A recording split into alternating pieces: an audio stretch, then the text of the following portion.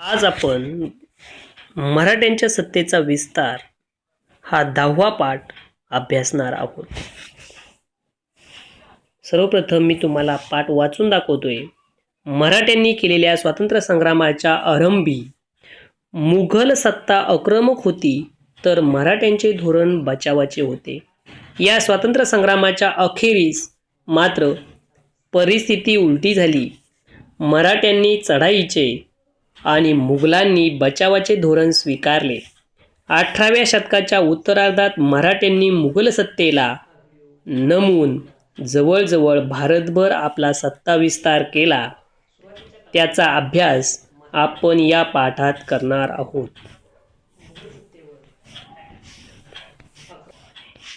शाहू महाराजांची सुटका.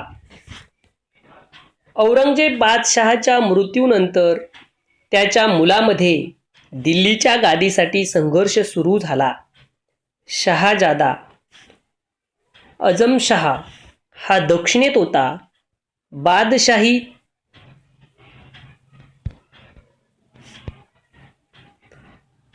तख्त हस्तगत करण्यासाठी तो त्वरेने दिल्लीला निघाला. राजपुत्र शाहू त्यांच्या ताब्यात होते.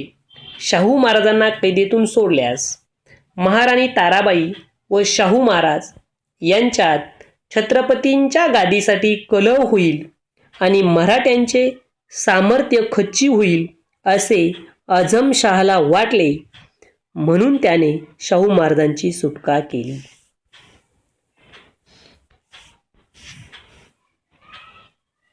शाहू महाराजांचा राज्याभिषेक.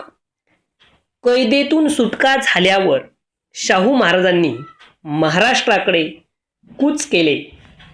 त्यांना मराठ्यांचे काही सरदार येऊन मिळाले, परंतु महाराणी ताराबाईंनी शाहू महाराजांचा छत्रपती पदावरील हक्क मान्य केला नाही. पुणे जिल्ह्यात भीमा नदीच्या काठी खेड येथे शाहू महाराज आणि महाराणी ताराबाई यांच्या सैन्यामध्ये लढाई झाली. या लढाईत शाहू महाराजांचा विजय झाला. त्यांनी सातारा जिंकून घेतले. स्वतःच राज्याभिषेक करून घेतला. सातारा ही मराठ्यांच्या राज्याची राजधानी झाली. काही काळ शाहू महाराज आणि महाराणी ताराबाई यांच्यातील विरोध चालू राहिला. इसवी सन 1710 मध्ये महाराणी ताराबाईंनी पन्हाळगडावर आपला अल्पवयीन मुलगा शिवाजी दुसरा यास छत्रपती म्हणून घोषित केले. तेव्हापासून मराठेशाहीत सातारच्या राज्याखेरीज कोल्हापूरचे स्वतंत्र राज्य अस्तित्वात आले. शाहू महाराजांचे पूर्वायुष्य मुघलांच्या छावणीत गेल्यामुळे त्यांना मुघलांचे राजकारण जवळून पाहायला मिळाले होते. मुघलांच्या व विशेषतः उत्तर भारताच्या राजकारणामधील खाचाखोचा त्यांना समजल्या होत्या. मुघल सत्तेच्या बलस्थानांची आणि कमतरतांचीही त्यांना चांगली माहिती झाली होती. शिवाय मुघल दरबारातील प्रभावशाली व्यक्तींशी त्यांचा परिचय झाला होता. या सर्व बाबींचा उपयोग त्यांना बदलत्या परिस्थितीत मराठ्यांच्या राजकारणाची दिशा ठरविण्यासाठी झाला. मराठ्यांच्या राज्याचा नाश करण्याचे पूर्वीचे औरंगजेबाचे धोरण त्याच्या वारसदारांनी आता सोडले होते. त्यामुळे आता मुघल सत्तेशी संघर्ष करण्याऐवजी तिचे रक्षक म्हणून पुढे येऊन त्याच भूमिकेतून आपल्या सत्तेचा विस्तार करायचा असे नवे राजकीय धोरण मराठ्यांनी स्वीकारले. नवे देवालय बांधल्याने जे पुण्य मिळते तेच जुन्या देवळाचा जीर्णोद्धार केल्याने मिळते, हे या धोरणाचे सूत्र होते. मुघल सत्तेला जशी वायव्येकडून होणाऱ्या इराणी अफगाणी आक्रमणाची भीती होती, तसाच आसपासच्या पठाण, राजपूत, जाट, रोहिले यांच्यासारख्या स्थानिक सत्ताधीशांचाही धोका होता. शिवाय दरबारात चालणारी स्पर्धा व संघर्ष यामुळेही मुघल सत्ता आतून पोखरून निघाली होती. यामुळे दिल्ली दरबाराला मराठ्यांच्या सहाय्याची गरज होती. बाळाजी विश्वनाथ. शाहू महाराजांची मुघलांच्या कैदेतून मुक्तता झाल्यावर त्यांनी बाळाजी विश्वनाथ भट याला पेशवा केले. बाळाजी मूळचा कोकणातील श्रीवर्धन गावचा. तो कर्तृत्ववान व अनुभवी होता. शाहू महाराज हेच मराठ्यांच्या राज्याचे खरे वारस आहेत हे पटवून देऊन अनेक सरदारांना त्याने शाहू महाराजांकडे वळवले. कान्होजी आंग्रे हा मराठ्यांच्या आरमाराचा प्रमुख होता. त्याने महाराणी ताराबाईची बाजू घेतली. त्याने शाहू महाराजांच्या मुलखावर हल्ले केले. त्यामुळे त्यांच्या समोर कठीण परिस्थिती निर्माण झाली. या परिस्थितीमध्ये त्यांनी बाळाजीला कान्होजी आंग्रेंविरुद्ध पाठविले. बाळाजीने युद्ध टाळून मुत्सद्देगिरीनं कान्होजी शाहू महाराजांकडे वळवले. चौथाई सरदेशमुखीच्या सनदा. चौथाई सरदेशमुखीच्या सनदा. शाहू महाराजांचे आसन महाराष्ट्रात बळकट केल्यानंतर बाळाजीने आपले लक्ष उत्तरेकडील राजकारणाकडे वळवले. औरंगजेब बादशहाच्या मृत्यूनंतर दिल्ली दरबारात दुही व गोंधळ निर्माण झाला होता. तेथे सय्यद बंधू अब्दुल्ला हसन व हुसेन अली यांचे वर्चस्व निर्माण झाले होते. त्यांच्या मदतीने बाळाजीने इसवी सन 1719 मध्ये मुघल बादशहाकडून दख्खनच्या मुघल प्रदेशातून काही चौथाई तर काही ठिकाणी सरदेशमुखी वसूल करण्याच्या संधी मिळवल्या. चौथाई म्हणजे महसुली उत्पन्नाचा 1/4 भाग, तर सरदेशमुखी म्हणजे 1/10 भाग होय. पहिला बाजीराव.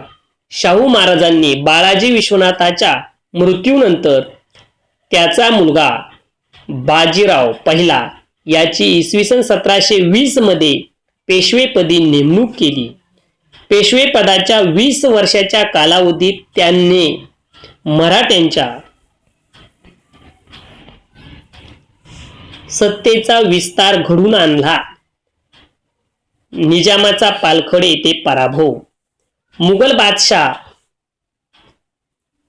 फुरखसियर यानं निजाम उल मुल्क याची दख्खनचा सुभेदार म्हणून नेमणूक केली. इसवी सन 1713 मध्ये निजामाने हैदराबाद येथे आपले वेगळे अस्तित्व निर्माण करण्याचा प्रयत्न केला. बादशहाने मराठ्यांना दक्षिणेच्या मुघल सुभ्यातून चौथाई सरदेशमुखी वसूल करण्याचे अधिकार दिले होते. याला निजामाचा विरोध होता, पण त्याने पुणे परगण्याचा काही भाग जिंकून घेतला. बाजीरावाने निजामाला शह देण्याचे ठरविले. त्यानं निजामाचा औरंगाबाद जवळ पालखेड येथे पराभव केला. तेव्हा त्याने मराठ्यांचा चौथाई सरदेशमुखी वसूल करण्याचा हक्क मान्य केला. मुघल सत्ता कमकुवत झालेली असल्याने उत्तरेला सत्ता विस्तार करण्यास अधिक वाव आहे हे बाजीरावाने ओळखले होते. शाहू महाराजांनी त्याच्या धोरणाला पाठिंबा दिला. माळवा. आजच्या मध्य प्रदेशातील माळवा हा भाग मुघलांच्या ताब्यात होता. बाजीरावाने आपला भाऊ चिमाजी आप्पा याच्या नेतृत्वाखाली मल्हारराव होळकर, राणोजी शिंदे व उदाजी पवार यांना माळव्यात पाठवले. तेथे त्यांनी आपली ठाणी मजबूत केली.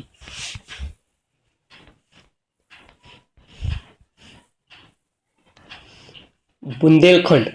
बुंदेलखंड म्हणजे आजचा मध्य प्रदेश व उत्तर प्रदेश या प्रांतातील झाशी, पन्ना, सागर वगैरे शहराच्या परिसरातील प्रदेश होय. बुंदेलखंडात छत्रसाल राजाने आपले स्वतंत्र राज्य स्थापन केले होते. अलाहाबादचा मुघल सुभेदार महमद खान बंगश याने बुंदेलखंडावर हल्ला केला. त्याने छत्रसालास पराभूत केले. तेव्हा छत्रसालाने बाजीरावाला मदतीची विनंती केली. बाजीराव मोठी फौज घेऊन बुंदेलखंडात गेला.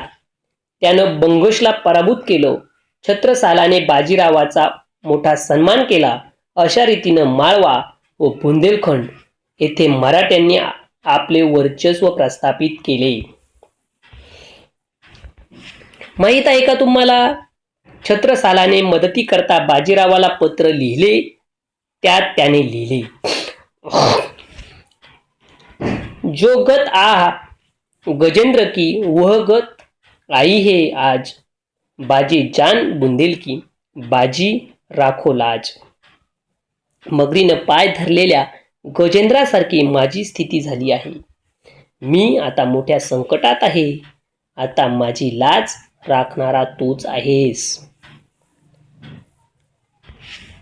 बाजीरावानं बादशहाकडे माळव्याच्या सुभेदारीची मागणी केली. त्याने ही मागणी अमान्य केली. म्हणून बाजीराव मार्च 1737 मध्ये दिल्लीवर स्वारी करण्याच्या उद्देशाने दिल्लीच्या सीमेवर जाऊन धडकला. भोपाळची लढाई. बाजीरावाच्या स्वारीमुळे बादशाह अस्वस्थ झाला. त्यानं निजामाला दिल्लीच्या रक्षणासाठी बोलावून घेतले. प्रचंड फौजनीशी निजाम बाजीरावाविरुद्ध चालून गेला. बाजीरावानं भोपाळ येथे त्याचा पराभव केला. निजामाने मराठ्यांना माळव्याच्या सुभेदारीची सनद बादशहाकडून मिळवून देण्याचे मान्य केले. पोर्तुगीजांचा पराभव. कोकण किनारपट्टीवरील वसई आणि ठाणे हे भाग पोर्तुगीजांच्या ताब्यात होते. पोर्तुगीज सत्ताधीश प्रजेवर जुलूम करत बाजीरावानं आपला भाऊ चिमाजी आप्पा यास त्यांचे पारिपत्य करण्यासाठी पाठवले. त्याने ठाणे व आसपासचा प्रदेश जिंकून घेतला. त्यानंतर इसवी सन 1739 मध्ये त्यानं वसईच्या किल्ल्याला वेढा घातला. तो किल्ला अतिशय मजबूत होता. पोर्तुगीजांजवळ प्रभावी तोफा होत्या. तरीही चिमाजी आप्पाने चिकाटीनं वेढा चालवून पोर्तुगीजांना शरण येण्यास भाग पाडले.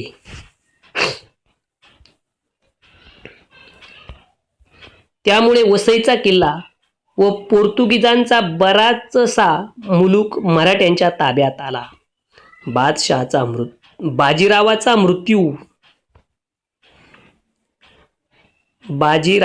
मृत्यू. इराणचा बादशहा नादिर शहा यानं भारतावर स्वारी केली. तेव्हा बाजीराव शाहू महाराजांच्या आज्ञेनं मोठी फौज घेऊन उत्तरेला निघाला. तो बऱ्हाणपूरला पोहोचला. तोपर्यंत नादिर शहा दिल्लीतून प्रचंड संपत्ती लुटून मायदेशी परत गेला होता. एप्रिल 1740 मध्ये नर्मदा काठी रावेरखेडी येथे बाजीरावाचा मृत्यू झाला. बाजीराव हा एक उत्तम सेनानी होता.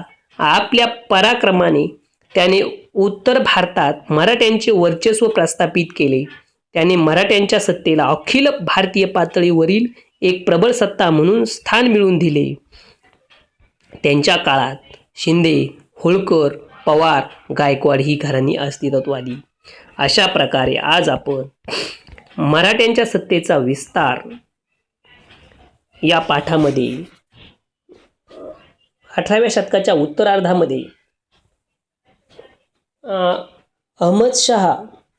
आझमशहा यानं शाहू महाराजांची सुटका केल्यानंतर शाहू महाराज महाराष्ट्रात आले. राणी ताराबाई आणि शाहू महाराज यांचा संघर्ष झाला. त्यामध्ये शाहू महाराजांचा विजय झाला. त्यानंतर छत्रपती शाहू महाराजांनी स्वतःचा राज्याभिषेक करून घेतला. बाळाजी विश्वनाथ याला पेशवा म्हणून घोषित केले. बाळाजी विश्वनाथाचा मुलगा पहिला बाजीराव यानं मोठा पराक्रम करून माळवा, बुंदेलखंड, भोपाळ आणि पोर्तुगीजांचा पराभव करून मराठी सत्तेचा खूप मोठ्या प्रमाणात विस्तार केलेला आपल्याला या ठिकाणी दिसून येतो.